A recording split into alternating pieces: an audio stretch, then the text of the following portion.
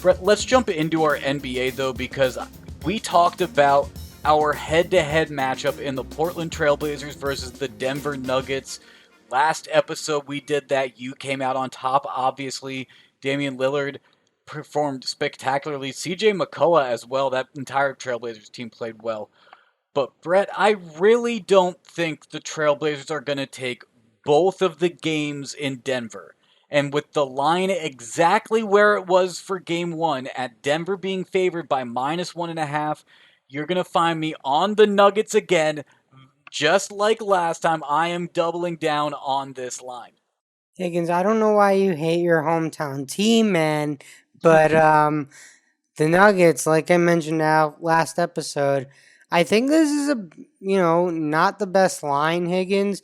Although again, -102, not enough for me. So I'll just take the 1.5 at -110 for Portland. And that's where I'll be on the game on Tuesday night. But Higgins, the Denver Nuggets are beat up. This is not the true 4 seed. They're not with Jamal Murray. Barton's been hurt. Aaron Gordon, although playing, is battling through some stuff. So these Nuggets are not healthy. They'll be better next year. This Nuggets team, if it wants to find success, honestly, it needs to look at Jokic with Michael Porter Jr. In game one, Michael Porter Jr. played fantastically in the first half, but then became rather quiet for a bit in that second half, which is kind of when Portland took back over again and dominated the second half. I would expect MPJ to come out stronger in game two, try to keep that momentum into the second half and to have a big game, support Jokic, and maybe lift the burden off of an injured Gordon, like you're saying. Yeah, I mean, I think the game plan from a Portland perspective is you want Jokic to be kind of the primary scorer, and maybe, you want to take away some of his facilitating, which I think they did in the second half, and that's kind of why you saw them take over the game a little bit, Higgins.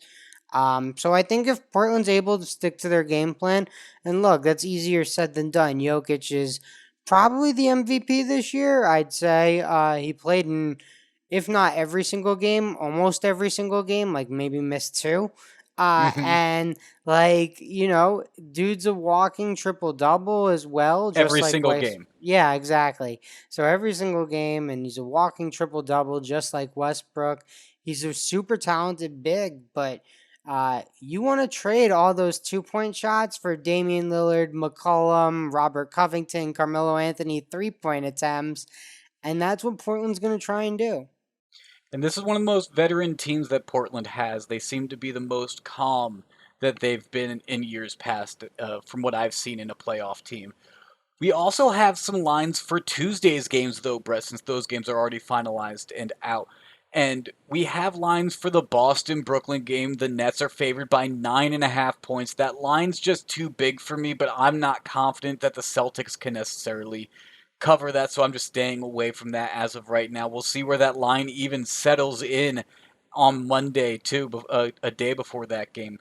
I'm looking at the Dallas Mavericks versus the Los Angeles Clippers game, Brett, and this is one that you saw success in last episode. You had the Mavericks on the money line, a big money line win for you as well by someone that doesn't like to take the underdog a lot.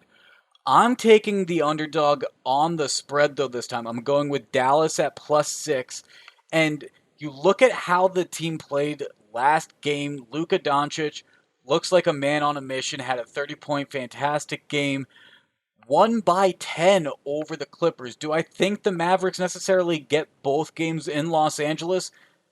I'm not so sure about that. Kind of like I think how Denver's going to grab the game two after Portland snagged game one.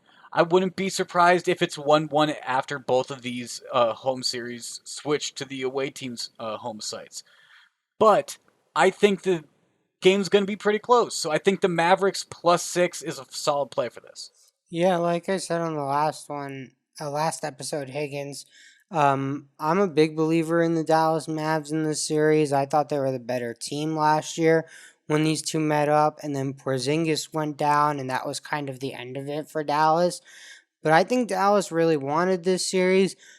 Personally, I just don't believe it's going to be a sweep, so I took them as big dogs in game one. I'm staying away till they lose, and then I'll hop right back on the train just because, like I said, I don't believe it's going to be a 4-0 Dallas sweep. I think the 6 points does give you some leeway for a loss, but still room to cover. So I get the play. But I'm much more confident in a healthier Blazers team going up against a beat up Nuggets team versus two healthy teams squaring off like with their projected lineups that they wanted in the start of the year, right? So that's why this was a stay away from me and I was able to hop on the other series. But I definitely get the 6 point play here. I think the Mavs are the better team in the series. This is also going to be a very angry Clippers team in game two. I mean, there were quite a few things trending on Twitter about Kawhi and Paul George's playoff abilities, necessarily reminiscent of last year potentially. Brett, we also have another line, though, in the NBA. We got a Wednesday line, the Wizards versus the 76ers. The Sixers are 8 point favorites, and Brett, honestly, we're just too far out from that game for me right now. I'll probably look at that game after seeing how I do in Monday and Tuesday nights games, to be honest. Yeah, I mean that's fair, Higgins. I'm not betting on it either, but that's just because I could see this series going either way. I could see games where Russell Westbrook and Bradley Beal take over. I could see games where Phillies three dominate, like game one. So I'm not sure which will come out each night. Russell Westbrook didn't have a triple double in game one, so maybe I'd bet on him to have one in game two, but that's about all I'm certain on. Yeah, that's probably a game that I will be posting pics on our social media for, so make sure to follow us there at MBB Pod on Twitter, at Next Best Bet on Instagram, and the Next Best Bet Facebook page, because I just think we're a little too far out. I want to see the odds settle down a little bit, see where people are going, and maybe play contrarian or maybe jump on board with the public, depending on how I'm feeling.